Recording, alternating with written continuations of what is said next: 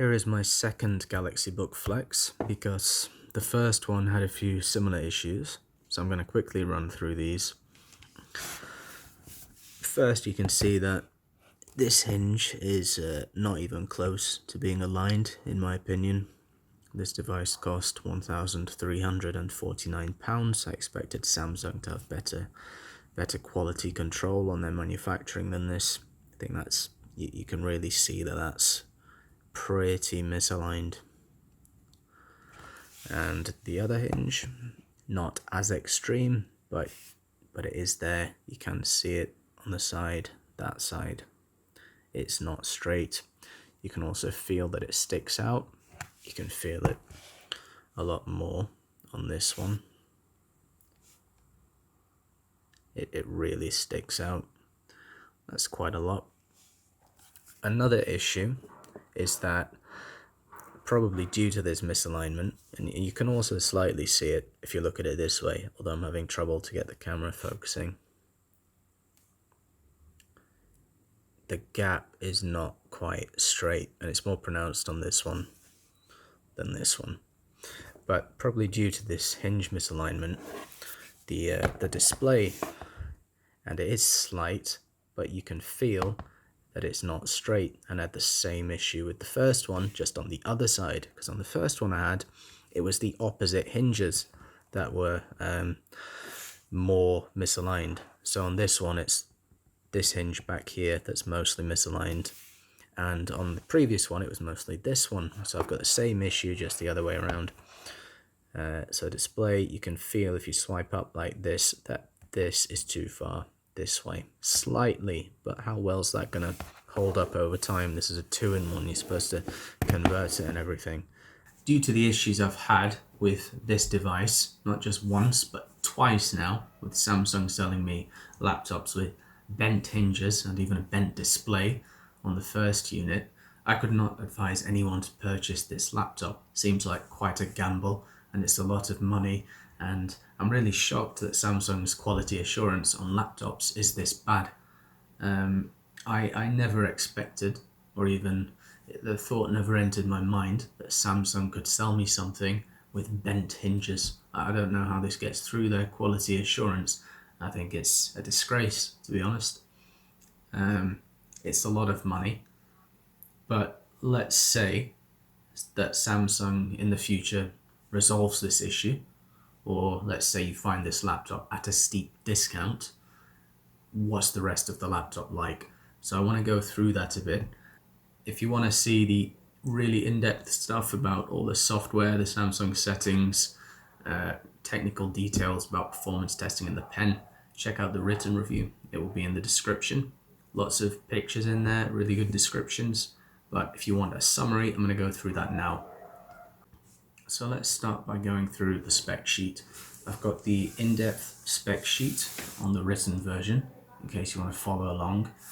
This is not just Samsung spec sheet that they have on their website, but also some of the parts that I've found to be in this laptop where they don't specify what the exact part is, like the SSD model. So in this version I've got here, I've got the i5 1035G4. This is an Intel Ice Lake, what they call 11th gen processor. It's 4 cores and 8 threads, up to 3.7 GHz boost frequency. So that's the i5 1035G4.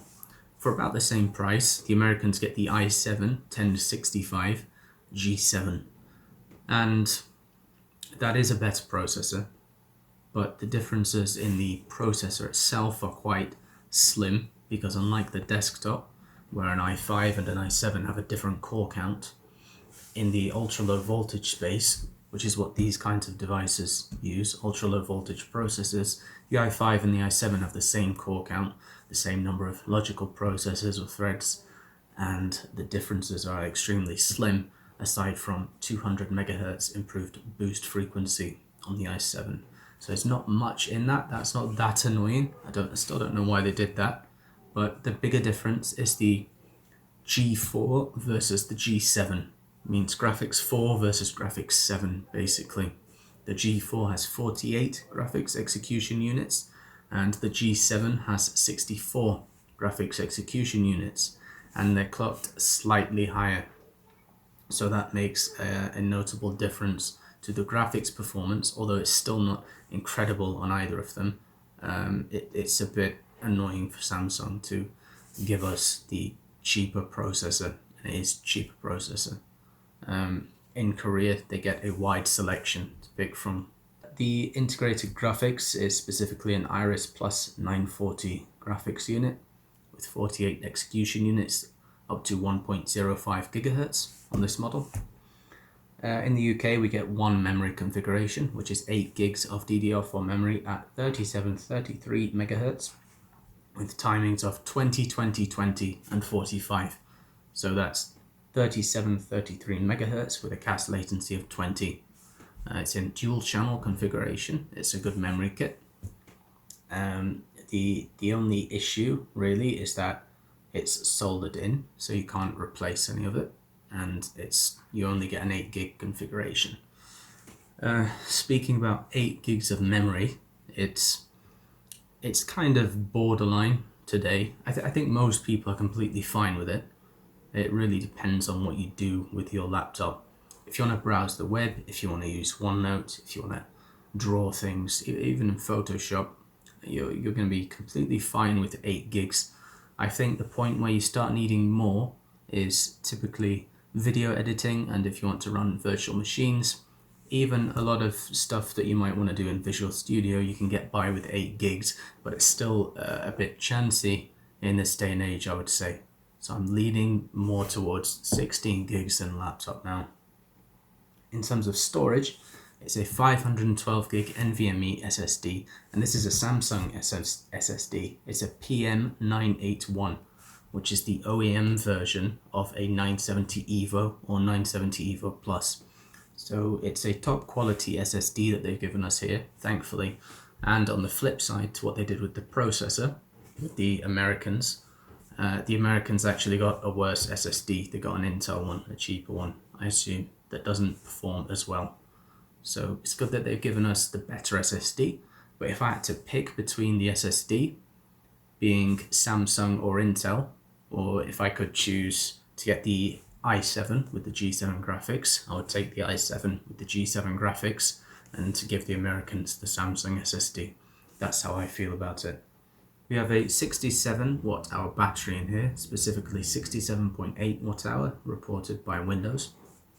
I've found through watching several hours of video back locally through the Movies and TV app and browsing through Microsoft Edge Chromium that I could get 12 to 15 hours of battery life, no problem, on this device. So I think that's pretty good.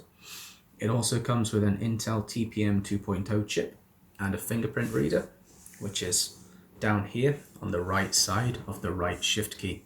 I think when people type, you typically hit the right side of the right shift key with your little finger to press that key. So you have to learn to contort your finger inwards, or at least that's the case with me. And it is quite doable, it's not that bad, although I do think they should have swapped these two around. So the fingerprint reader would have been on the left side of the right shift key, as opposed to the right side. Speaking about the fingerprint sensor itself, it's a good sensor, it works quickly. I think it's more reliable than the Windows Hello camera that I had in the Surface Pro 4. The display is a 13.3 inch 1080p QLED display. So this is the first QLED display on a laptop, and Samsung's trying to big up QLED, and they're not even using one of their own panels. It's a Bow Technology panel, so that's an interesting decision there, although it's fine. It's wide gamut, 100% DCI-P3. The colors are good. I think people will really appreciate it for watching movies, TV shows, that sort of stuff. I think it's normal for a relatively wide gamut display that you see a little bit of ghosting, and there is a little bit. I've seen much worse complaints about competing laptops. I think most people will not notice it at all. I've just noticed it because on my desktop I use gaming monitors that don't have that kind of stuff, but have other side effects like worse color gamut. But the only thing I can really criticize the panel for is, I mean, it would have been nice if it was more than 60 Hertz, although that would have impacted the battery life, so I'm not entirely sure how I feel about that. I think 60 Hertz is reasonable.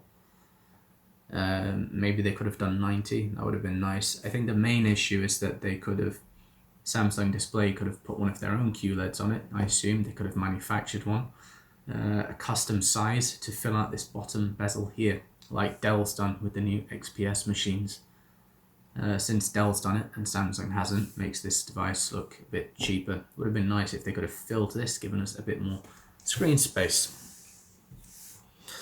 So it's a regular 10-point multi-touch display. Aside from that, in terms of digitizers, it's Wacom EMR, so it's an incredible pen experience. And with EMR devices, they have one digitizer for the pen and a separate one for touch. So having separate digitizers for each mode of input helps reduce latency in processing that input. And I think it's noticeable. There are a bunch of factors that contribute to the latency with touch and pen, but that's one of them, and that helps. The digitizer supports up to 4096 pressure levels with tilt and rotation, all supported by the inbuilt pen, and even other compatible pens like the one from my Note 9. You can get third-party pens like the Staedtler, Norris Digital, potentially pens from Acer like the Concept D pens. You cannot use Wacom pens, well, not the Cintiq or Intuos pens on this device because they use different digitizers. Here's a demo of the pen in OneNote using the built-in pen. So the tracking is pretty good. I've left the cursor on and you can see that when I touch down it's pretty much spot on. Doesn't really get better than that.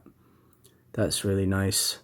I did some straight diagonals which I couldn't find any way of videoing. I did those with a ruler. They came out really nice. I'll include a couple of photos. The tracking is fine aside from when you get to the edge, as is typical with EMR devices. You can see that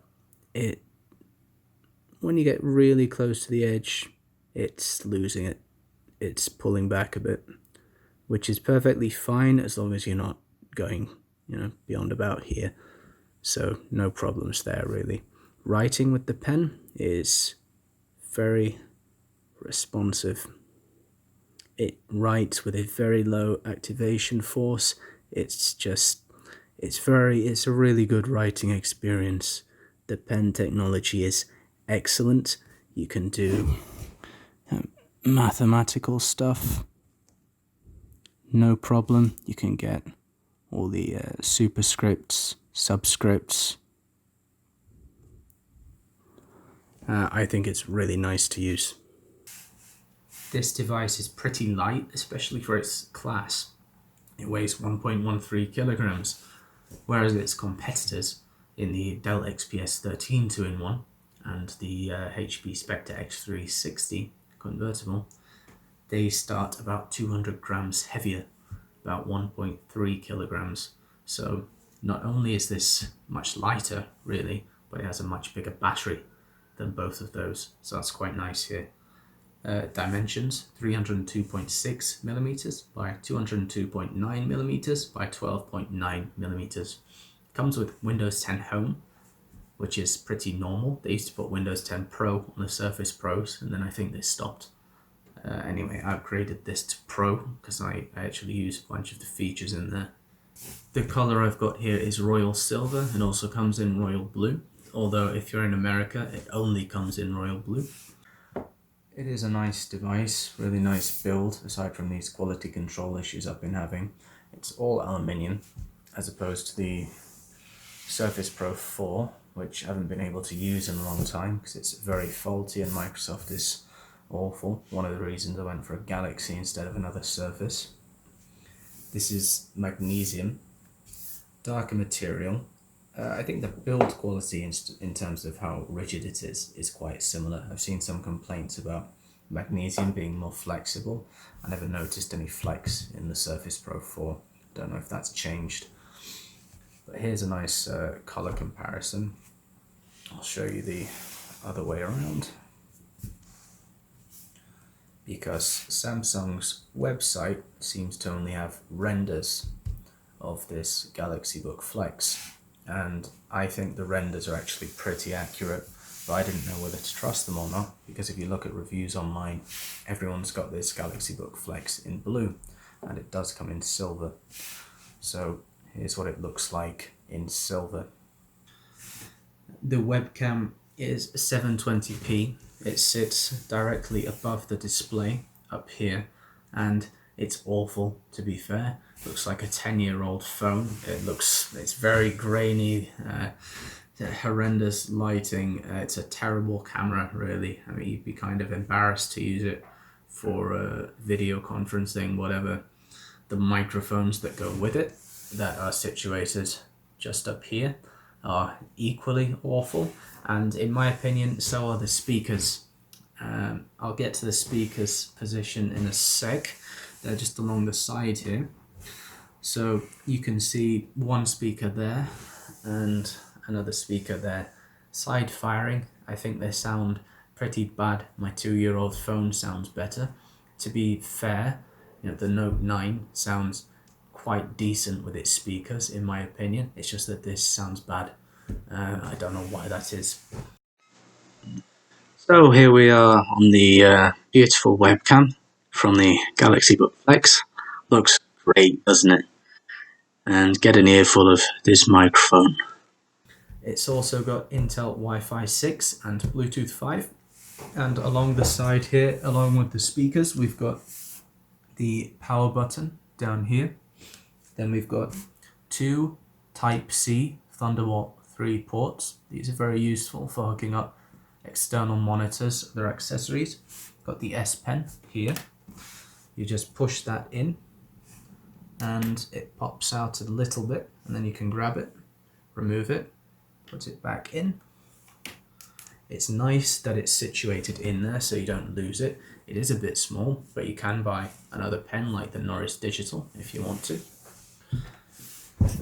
We've got a headphone jack here. I always appreciate that.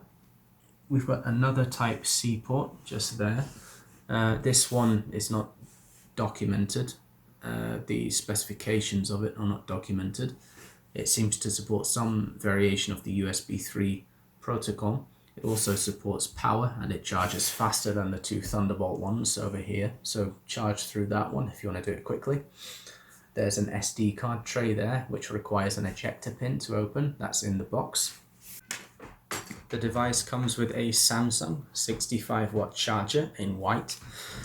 It's pretty compact because the transformer is in the plug end here, so it's a bit easier to handle than some of the unwieldy chargers that have transformers in the middle of them. So this is nice. The cable is about 185 centimeters from the plug here to the end. It's a good cable. It's a USB-C connector, so you can plug it into any of the USB-C ports, though keep in mind that the lone one on this side is a bit quicker. Nice charger. Just to round out the specs, it has an accelerometer and a gyroscope like everything, and an ambient light sensor, which I can only assume is next to this blue light here, the one that looks like a light but isn't lit. I assume that's the ambient light sensor. The device is quite nice. It's an all aluminium build. The keyboard is very low travel, but it feels nicely tactile. I can't fault the keyboard. For something that's low travel, I think they have done a good job with it. The touchpad is all glass. It's very smooth. It's quite wide. They've used all the available space pretty much, so I appreciate that. I think it's a good touchpad. Can't really fault it. Clicks in both the bottom corners if you need it to. There's also a wireless charger beneath the touchpad. You can use the shortcut FN F11 to turn this on. You get an on-screen confirmation, and then you can place any Qi compatible device onto the center of the touchpad and it will charge. This works with Galaxy phones, it works with iPhones, it's pretty good. I can see people using this to charge their phone while they're watching a movie, for instance. I think that's pretty cool. There are some good features in the Samsung settings, like the ability to only charge the device to 85% capacity. If you had an older laptop that you kept plugged in all the time, you could take the battery out to save it from additional wear. But here the solution is to enable an 85% charge limit in the Samsung settings. That works. The device can be configured to automatically turn on or wake from sleep when you open it. That's enabled by default. That's nice. The settings are missing a few things that you'd like to see on a pen-enabled device, like there's no ability to adjust the pressure curves globally, which is a bit lackluster. But other than that, the pen experience is really good. The pen experience is really one of the selling points of this device. The pen has some Bluetooth gestures, which are alright. You can change the volume by default by pressing the pen button and gesturing up or down.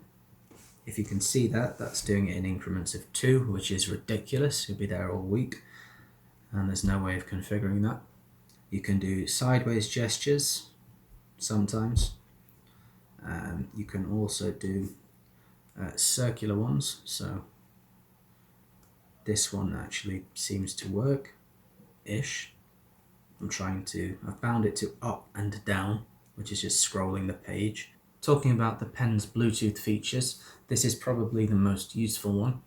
The ability to play and pause videos using the pen button, and this is going to be full volume so you can hear the speakers a bit. So if I press the button,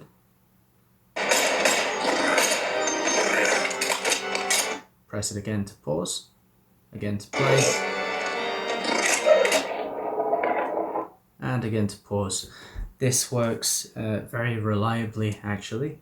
This is in the old Microsoft Edge. It will also work in the new Microsoft Edge Chromium, Google Chrome, other Chromium based browsers, and the Movies and TV app.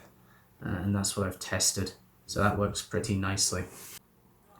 So I wanted to get in some performance testing. I mainly used 3D Mark Firestrike. So I did a run of Firestrike and I was able to get about 1750 points overall, close to 11,000 on the physics score, and close to 1900 on the graphics score, with 600 points combined. So the run's decent, considering progression over time for these Intel devices. A physics score approaching 11,000 is quite good, but the new Ryzen processors, I looked on the 3D Mark database, they can get, for the 4700U, you can get about 15,000 physics points versus nearly 11,000 on here. And on the 4500U, you can get about 12,000 points. And even the i7 that the Americans got is barely going to get over 11,000. And in the graphics test, here we got close to 1900. I think the G7 graphics on the American i7 would get about 2,500 points-ish. The Ryzen 5 4500U gets about 3,000 from what I've seen, and the 4700U gets about 3,600, so much better. They're also cheaper processors. So anyway, I wanted to do some testing, not just one run of Firestrike, because the primary performance limitation in these types of laptops is typically throttling. So you run a benchmark or you do some work, the device heats up and the performance level has to drop to prevent things from overheating. So during the stress testing, the processor gets up to 100 Celsius. The graphics basically hit almost 100 Celsius as well. Samsung's not limiting that, which is good for performance. Pretty high temperatures, but it's kind of normal for a laptop. So I wanted to do the Firestrike stress test because it's a standardized test. So that does 20 runs of Firestrike graphics test 1 and reports the consistency of frame rates. No specifics there, but it's standardized. I wanted a standardized test. And this device scored 95.8%. 97 is a pass, so this technically fails, but for an ultra low voltage device, it's really thin and light. I think that's pretty respectable consistency, to be fair. So that demonstrates that for graphics loads, throttling is a non-issue, really. But that's just graphics. I wanted to test CPU as well. So I did 14 runs myself of the Firestrike physics test, which is the CPU hard. So for those 14 runs that I did there, the highest result was 10,500 points on the first run. These are very slightly rounded. And the lowest was 10,000 on the 12th run. The average score was 10,200, standard deviation 136 points. The minimum score was 95.6% of the maximum score. So pretty consistent. Here's a chart of the 14 runs that I did of the physics test.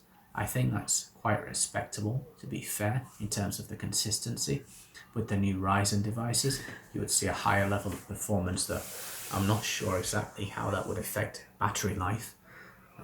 But I believe the new Ryzen's are quite efficient as well. So that's something I think I would have liked to have seen in this laptop. This is also a 360-degree convertible, so you open the device up like so. You can't do it with one hand, not that I really care, but you do that. And the first one I had, when I brought the hinge down to about here, it would just sink down. This second one, although it's got defects still, the hinge is actually more rigid. So I don't know what it's supposed to be like, but you can actually have this one quite low and it doesn't move. The other one would have just fallen down at this point. So it's a bit of luck, really. Viewing angles are really good, by the way. So if you want to watch this, you can canvas it. I'd call this a canvas mode after the surface canvas mode. Do a bit of that. You can have all the angles, okay, like so. You could also tent the device like so, and depending on your luck with the hinge lottery, you can, okay, not that far, not even with this one. Okay, so it folds, and it's really lightweight. You can fold it all the way around.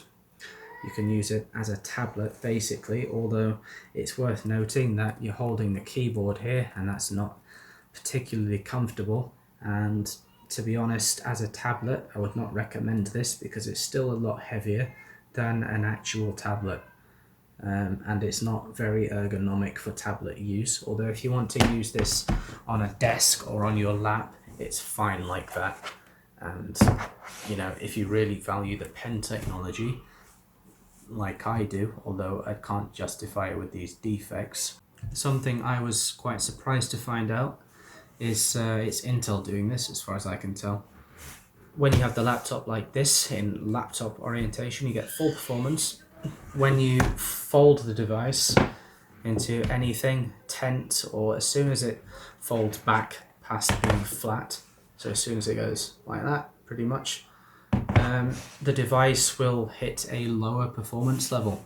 Intel's got some inbuilt throttling that drops the performance to about 70% of what it can actually achieve, which is really annoying. And I did notice that sometimes I was really confused at what was happening. We found the throttle stop fix, so you can use throttle stop to fix this. That's in the written review. I can't find any effect on battery life from doing that. I don't know why Intel doesn't give you the full performance anyway. Same battery life, and it's more responsive.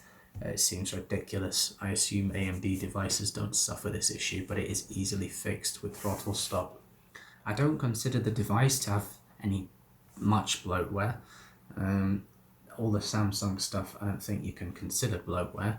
It does come with McAfee, so get rid of that immediately. Third-party antivirus does nothing but cause you problems. You don't need anything except for Windows Defender. If you use anything else at all, you will have problems. It will mess up something with your machine. It will cause random issues here and there, blue screens, you name it. Even good ones like malware bytes, which are actually good for their detection, cause blue screens. And anything like McAfee is basically spyware. Just get rid of it. So step number one, if you get one of these, get rid of McAfee. So the laptop is really nice. It's a really nice build. Premium materials. I mean, it's a nice build, obviously, aside from all the hinge issues and the fact that the display on the first one was bent, and they sent that to me. I don't know. Where's the quality control, Samsung? It's incredibly disappointing. From a Samsung device, especially a Galaxy device, I expected better. That's shoddy, to be honest. The strengths of this device are really in its pen technology, which is outstanding, and the battery life, which is outstanding. I think those two things set it apart from the competition, although it's marred by its poor build quality control issues, just with the hinges and the fact that things can be bent, the hinge rigidity can vary from device to device, as mine has done. There's no consistency here, it's a gamble, and I expected much better from them.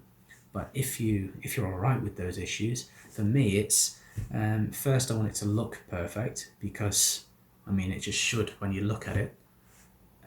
But even bigger than that, if the hinges are bent, how's it going to hold up to being folded over a lot? You just don't know, do you? And then, although my experience with Samsung servicing has been good so far, if my hinges give out, I don't know what their response is going to be. On top of that, it's got awful speakers, awful webcam, awful microphone, but the pen technology is really good. The battery life is really good. It's very light. It folds very nicely. It's a good device, but when you're buying a laptop, you need to know what you want to use it for, because you can get an ultra low voltage device like this, or you could get a gaming device like a Gigabyte Aero or something. So it depends what you want to do with it. This is fine. This is great for working in Visual Studio, really.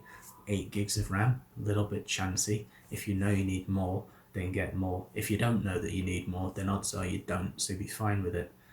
Good amount of storage in here. I think the main market for this, given the faults with it, is artists, people who really value the pen technology and want it in a more portable, nicer looking form factor than what Wacom offers with their drawing tablets, because their tablets are kind of don't look as nice, and you get pretty much all the same stuff here, minus some pressure levels. I'm not sure how noticeable it's going to be going from 4 to 8,000 pressure levels. I feel like that's kind of minor. The bigger point will be the Wacom software that lets you customize a lot of stuff. But if you want a portable drawing device, this seems to be potentially the best option at this price range, avoiding something that's much bulkier, much heavier, like an Acer Concept D7, Concept D9. So it's a good device for that. I would say it's great for note taking as well, because the pen's really good. But hinge issues kind of ruin it for me, so I'm sending it back. And I'll have to see what happens with that. If you know you need to play games on it, or if you know you need to do 3D work, don't get this. Get something with more 3D performance and a stronger processor. I think it's looking like, a Ryzen device for that at the moment. Maybe a Gigabyte Aero, or there's the Zephyrus G14. That looks good with the new Ryzen processors. So Samsung, get your act together. This is pretty terrible. That's everything.